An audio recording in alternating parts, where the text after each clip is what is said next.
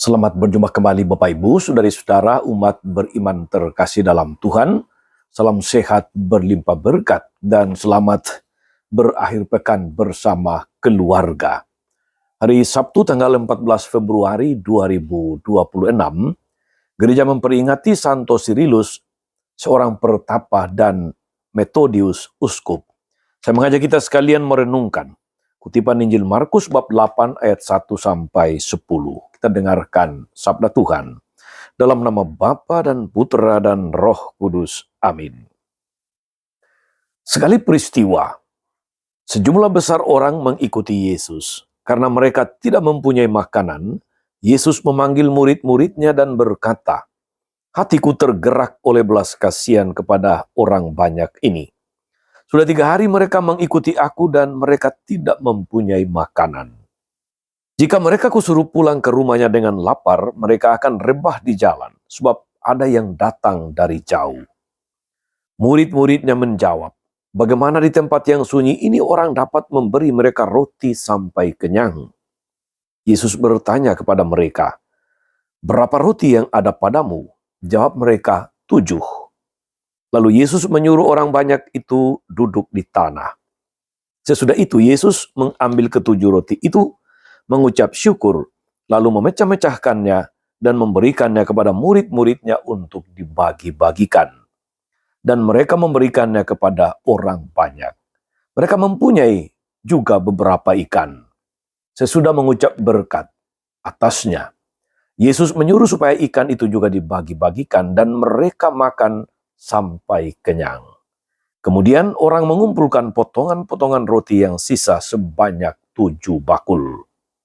Mereka itu ada kira-kira 4.000 orang. Lalu Yesus menyuruh mereka pulang. Akhirnya Yesus naik ke perahu dengan murid-muridnya dan bertolak ke daerah Dalmanuta. Demikianlah sabda Tuhan. Bapak Ibu saudari-saudara umat beriman terkasih dalam Tuhan. Kita mengenal Bunda Teresa dari Kalkuta, Santa Teresa dari Kalkuta.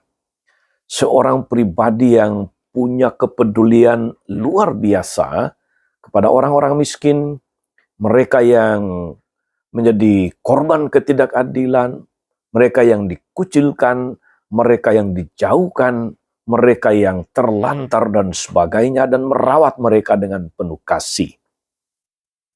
Suatu ketika, Bunda Teresa mengatakan ini, "Dunia ini sebetulnya tidak kekurangan apapun untuk memberi makan semua orang. Dunia hanya kekurangan satu hal, yaitu cinta kasih."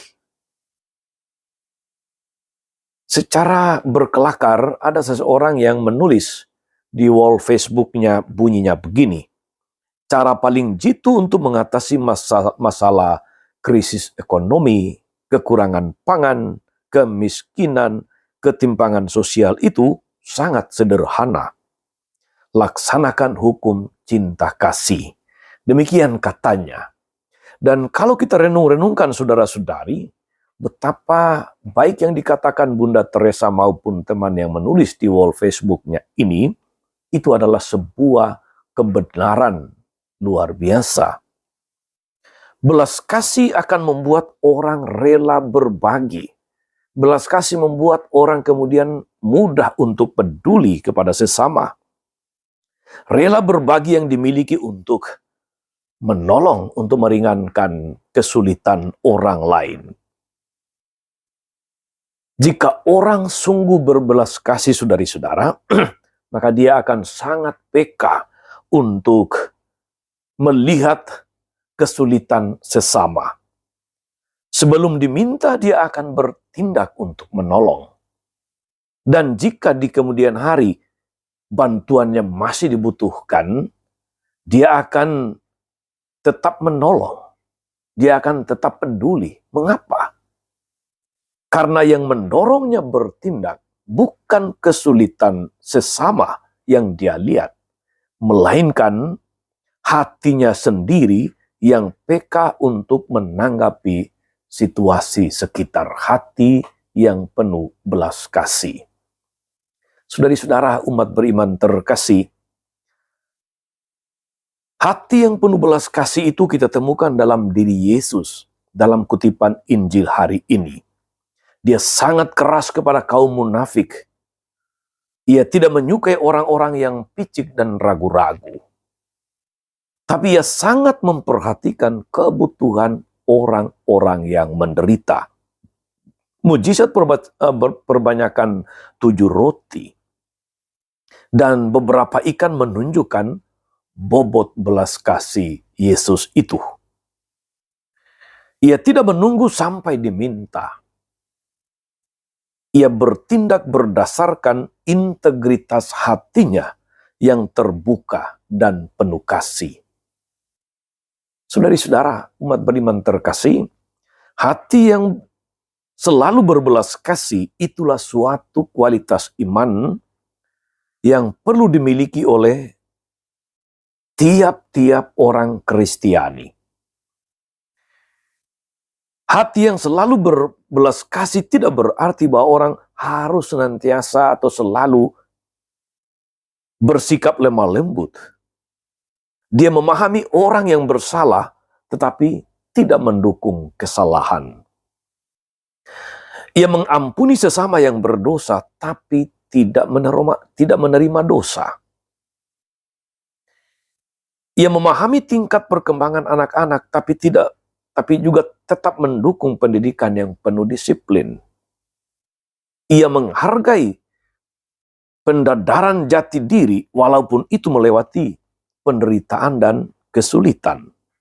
Tetapi ketika orang membutuhkan bantuan, ia akan menjadi orang pertama yang mendorong. Itulah kualitas hati yang penuh belas kasih. Saudari-saudara, umat beriman terkasih.